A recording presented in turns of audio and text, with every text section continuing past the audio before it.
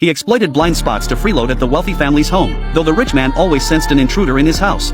Whenever he glanced behind him, the man would shift position to secretly serve himself food, then shyly exchange glances with the lady of the house. But what no one could have imagined was that the man's stealth technique was learned in prison. It turned out Tae-suk was a college graduate, yet he never held a proper job. Instead, he'd sneak into people's homes daily, brushing his teeth with their toothbrushes, showering in their bathrooms. He'd cruise the streets on his motorcycle, sticking flyers on doorways. If a flyer remained untouched for 3 days, it meant the house was empty. Then he'd slip inside with lockpicking tools to check their landline voicemail, listening for the owner's whereabouts and return times. After confirming these details, he'd stay in the house for a few days. But he didn't just freeload. He'd clean the place for the owner and wash their dirty laundry. Before leaving, he'd even take a photo with the family. Tae-suk moved into a new place as usual, but what he never expected was that the homeowner was actually at home and had discovered the intruder. Strangely, she didn't make a sound, but quietly observed this peculiar man, watching Tae-suk cook and eat in the kitchen, then wash her dirty laundry afterward.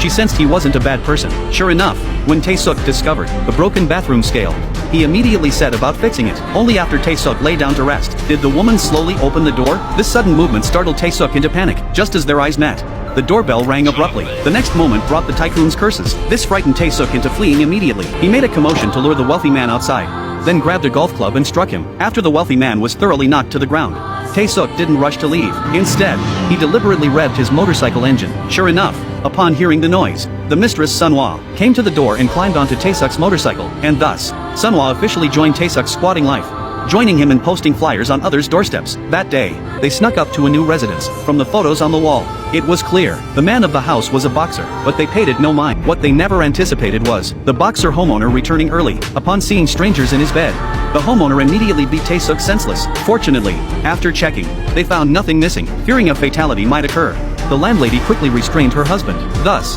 they became homeless. But as soon as they opened the door, they were terrified. Tae-suk closed the door, wanting to find another place. Sunhwa didn't understand why, until she opened the door and discovered an elderly man lying dead inside. Out of kindness, they called the old man's son, but the phone remained temporarily unavailable. They decided to bury the body themselves, then cleaned the floor thoroughly before settling into the place. One day, while eating casually, a frantic knock suddenly sounded at the door. To their shock, it was the old man's son. The son immediately called the police. They were taken to the station, where officers reviewed their camera footage and discovered they were repeat burglars. Suspicions arose that they had murdered the old man, but investigation revealed the elderly man hadn't been killed, he'd died of cancer. Even stranger, months earlier, Sunhwa had been reported missing. When Sunhwa's husband arrived at the station, he accused Tae-suk of kidnapping his wife and stormed off angrily with her. Tae-suk was imprisoned for illegal entry. Sunhwa's image haunted his mind. To see her again, Tae-suk began practicing invisibility techniques in prison,